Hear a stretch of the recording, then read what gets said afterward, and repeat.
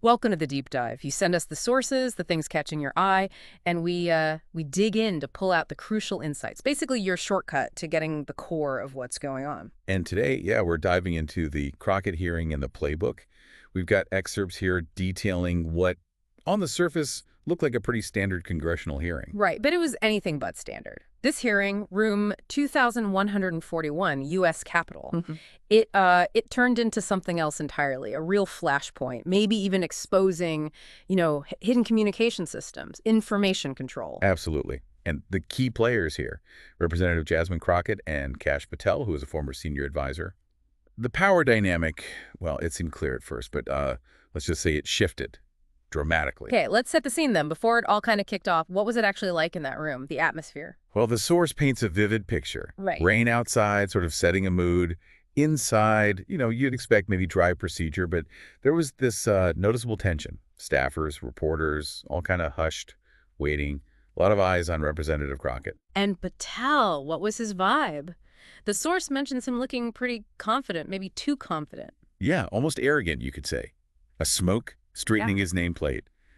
Someone apparently even saw him mouth, she's bluffing. It gives you this image of someone thinking they had it all under control. So the expectation was boring, procedural, forgettable even. Pretty much. But there were these little signs, maybe, some people paying closer attention than usual, like the C-SPAN producer focusing the shot right on Crockett, like they sensed something might happen. Okay, got it. So simmering tension under a routine surface, then boom, the first big reveal. The memo. How did Crockett introduce that? She started very calmly, actually, just questioning Patel about any written communication he might have had with a Mr. Devlin, specifically about a briefing set for March 14th. And Patel's response? A flat denial. Said there wasn't any. But Crockett had something up her sleeve. Oh, yeah. She then produced a memo, dated March 13th. And here's the kicker. It wasn't an official document. It came from Patel's personal email, sent to Devlin's private email. Ah, so deliberately off the official channels from the get-go. Exactly. That's the implication. And the memo itself, it was incredibly detailed. We're talking specific talking points, the exact timeline for the briefing, even verbatim phrases. Look, phrases that were actually used in the briefing. That's what the source says, yeah. Plus, it had CCs to other staffers, a timestamp, a signature block matching Patel's archives messages. It's like a digital fingerprint. Very hard to just brush off. You can just imagine the mood shifting in the room then. Oh, definitely. Source says you could feel it. Patel's lawyer, who had been apparently quite relaxed, suddenly just froze. That was the moment everyone knew, okay, this is not routine. And Crockett didn't just stop with the memo itself, right? She brought in the metadata. What did that add? Right, the data about the data. This was crucial. The metadata confirmed the memo came from an IP address linked to Patel's home network. Yeah, and a specific laptop assigned to him. And the timestamp showed it was created just minutes before the email was sent. It really tightens that link directly to him personally, makes the denial look even worse. How did Patel react to that? The metadata specifically? His first move was to question how she even got it, sort of implying it wasn't properly obtained or something. But Crockett had an answer for that? She did. Very calmly reminded him he'd actually been notified about this specific discovery 2 weeks earlier. It seems he might have just, underestimated its importance back then. A classic misstep, maybe. Assuming things stay buried. That happens all the time. So, when questioning the source failed, what was his next move? He shifted tactics, started claiming it was all a misunderstanding, maybe just a draft that wasn't meant to be final or official. Trying to downplay it. Exactly. But Crockett didn't let him off the hook. She kept the focus squarely on the fact that he had denied its existence outright. It became about his credibility under oath, not just whether it was a draft or not. Okay, so the memo, backed by metadata, that's pretty damaging. But you said earlier the revelations kept coming. What was next? Encrypted messages. Crockett brought up text messages between Patel and Devlin from the day after that memo was sent. And where did these come from? From his committee-issued phone. Which is interesting because the phone had supposedly been wiped clean after he was meant to return it. Wiped, but they still recovered the messages. That suggests someone really wanted those gone. It certainly points that way. An attempt to conceal them, you could argue. Patel's reaction was immediate dismissal, called them private chats, said digging them up was a reach. But the content wasn't just casual chat, I take it. Far from it. They directly mentioned federal briefings. And there were some really, let's say, revealing lines like, That memo's locked clean and off the radar, just like we said. Wow. And another one. Keep it off email if they ask deny. I mean, that's pretty explicit instruction on how to handle potential inquiries. That sounds like clear intent to hide things. And how was Patel's lawyer taking this evidence? The source describes him as just sitting there, completely still again, tapping his foot nervously, even apparently starting to sweat. It's that nonverbal cue, right? Telling how serious this is. And Crockett's approach through all this? Just remarkably composed. She apparently just repeated Patel's own words back to him from the messages, calmly. It really highlighted how the power had just completely shifted in that room. A masterclass in controlled questioning, it sounds like. Then Patel lashed out, called it political theater. He did. Seemed like a moment of frustration boiling over, but Crockett's response was incredibly sharp. What did she say? Just simple and direct. Then why did you lie under oath? Oof. That cuts right through it. Yeah. The source says Patel was visibly stunned, just like momentarily speechless. Then he tried to scramble, saying he'd clarified things, that his words were being twisted. But Crockett pushed back on that. Immediately. Reminded him perjury is perjury, even if you try to clarify later. Patel then tried to deflect, accusing the committee of just wanting a soundbite, a moment for Twitter or for their donors. Trying to make it about their motives. Right. But Crockett shut that down too. Said firmly she wanted answers and accountability. That exchange really laid bare the core conflict, his attempts to dismiss versus her insistence on the facts and the oath. Absolutely. Yeah. And right after that exchange, the chairman called a recess. What happened during the break? That's often where the real story unfolds. It really did here. The moment the recess was called, Patel apparently just stormed out, panicked. You could hear him demanding to know how Crockett got the memo, saying over and over it was buried, it wasn't part of discovery. So his reaction completely confirmed how damaging he knew that memo was. Totally. And then his lawyer dropped a bombshell during that break. Ooh. What was that? Apparently, the lawyer revealed that someone from the intelligence subcommittee had accessed Patel's drive. And not just accessed it, they'd copied files onto an offline clone. An internal leak, basically. Someone on the inside deliberately copied and passed on the information. That's exactly what it suggests. Patel started realizing someone must have given it to her. The source says he even started suspecting Devlin. The walls were definitely closing in. So when the hearing started up again... Patel wasn't there. His chair was empty. But Crockett didn't miss a beat. What did she do? Just calmly moved on to the next piece of evidence. A second memo, also written by Patel. A second one? What was this one about? This one was titled Deconfliction Strategy. Deconfliction Strategy. Yeah, and the subtitle was even more telling. Communication Protocols, Legal Bypass, FOIA Avoidance. Whoa. Okay, that pretty much spells it out, doesn't it? FOIA avoidance. Legal bypass. It sounds like a blueprint for secrecy. It really does. The memo detailed protocols specifically designed to get around government oversight. Things like using encrypted apps, burner phones, meetings kept off the official calendar. Burner phones? Seriously? Seriously. And even specific language to use in messages to make them harder to trace.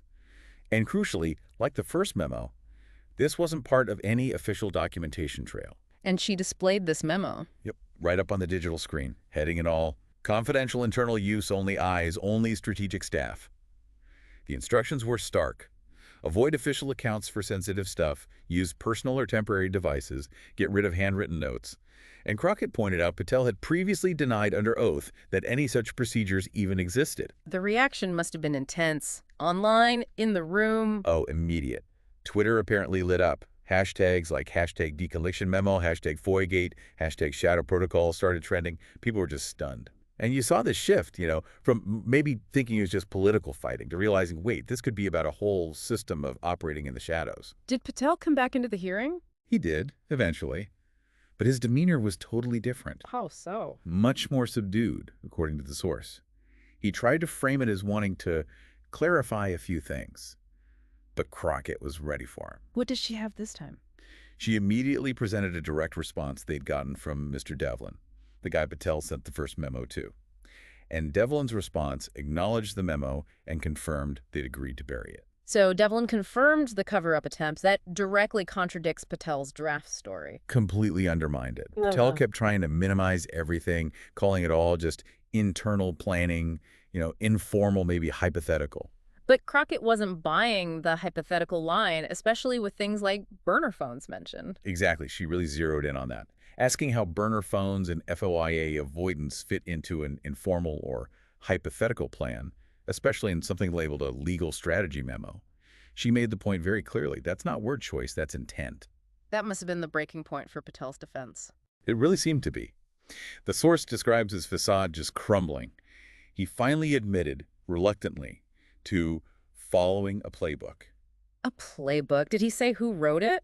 Or who else was involved? That's where he got very hesitant. He wouldn't name names when asked who was on this policy team, or who specifically told them to keep communications off the record. So the focus shifts again, from just Patel to this playbook and potentially a whole group operating this way. Precisely. It opened up a much bigger question about a systemic approach. And just when you thought it couldn't get more dramatic, Crockett introduced one last piece of evidence. What was it this time? An audio recording. Audio of what? An internal training session, led by Patel himself. No way. Where did that come from? Submitted anonymously, apparently. But they'd had it forensically verified to make sure it was authentic, that was really him.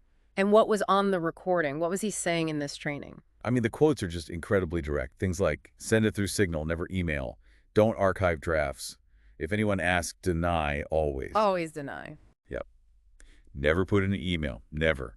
Use Signal disappearing messages. Keep the language bland. Never admit to drafting. Drafts are dangerous. Say you were never looped in. Say you thought it was handled elsewhere. It's like a checklist for avoiding transparency and accountability. Just laying out the playbook step by step, in his own voice. Exactly. And when Crockett played it and asked him if it was his voice, he quietly admitted it was. What happened then? Did he try to explain that away? He seemed kind of defeated by that point. He eventually conceded that, yes, such instructions, his words were, they do exist, were indeed given out. Wow. So after that admission, what was Crockett's next move? She just said, very simply, I have no further questions. Mic drop moment, basically. Pretty much. Then the chairman announced that all the testimony, all the evidence, the memos, the metadata, the texts, the audio would be forwarded to the Department of Justice. So potential criminal investigation. That's the implication. The source describes Patel just sitting there, completely still, like he realized things were now way beyond his control. And Crockett made a final comment, something like, we're just starting. Chilling, suggesting this goes much deeper than just Patel. Which brings us back to how this all surfaced. You mentioned an internal leak, but the source names someone specific, Melinda Cash. Yes, Melinda Cash. She's described as a digital archive integrity technician, sort of the unsung hero in this, working behind the scenes. Meticulous, detail-oriented, the kind of person who notices things others miss. And she stumbled onto something? Kind of. She overheard a casual comment about a ghost drive, which piqued her curiosity. It led her to investigate and discover this weird metadata tag, something called the W-line tag. W-line? What was that? It seemed to be this hidden label attached specifically to Patel's communications. As she dug deeper, she found a pattern connected to this tag. Documents being altered, attachments mysteriously missing, metadata falsified, all linked to Patel's files with this W-line. So she's uncovering a pattern of digital manipulation. Exactly. And the smoky gun was finding that decollection strategy internal-only file. It actually had a note attached saying something like, per KP, presumably Kash Patel, this version should not reach committee flag for W-only distribution. Explicit instructions to hide that specific version linked to the tag she discovered. Incredible. Right. So Melinda, seeing all this, felt she had to do something. It wasn't about getting credit, the source emphasizes, but about the truth needing to come out. So what did she do? How did she get it to Crockett? She printed everything out, the logs, the drafts, the notes, the real memo, and anonymously delivered it to Crockett's district office in Dallas. And she included a crucial little handwritten note. What did the note say? Just check it, blogs from March 17th, there's more. You know, the breadcrumb trail. And Crockett followed it. She did. That note was the key. When she got this package, full of metadata logs, draft comparisons, the original unredacted decollection memo, she realized whoever sent this knew exactly where to look. It wasn't random. It suggested inside knowledge. Deep inside knowledge. It made Crockett think, this goes deeper than we thought. And then she got another anonymous envelope. Seriously, what was the message this time? This one said, check your server logs from March 17th, you missed something. Whoever it was, they were persistent. And maybe a little scared. That's what Crockett thought too. They're scared. This second note pushed her investigation beyond just Patel. She started looking at the whole architecture, as the source puts it, of this playbook. Started mapping connections on a whiteboard Devlin, someone named R.J. Keller, potentially others. So the focus became less about just catching Patel and more about understanding the entire system he was part of. Exactly. And the big unanswered question hanging over everything became, who wrote the playbook? Who was the architect of this whole strategy? And the deep dive ends there, with Crockett determined to find that author. Pretty much. Leaves you with the sense that the hearing was just Act 1 and the real investigation is just beginning. Wow. Okay, so to recap this deep dive into the Crockett hearing and the playbook, we started with what looked like a routine hearing. Right, but it quickly unraveled.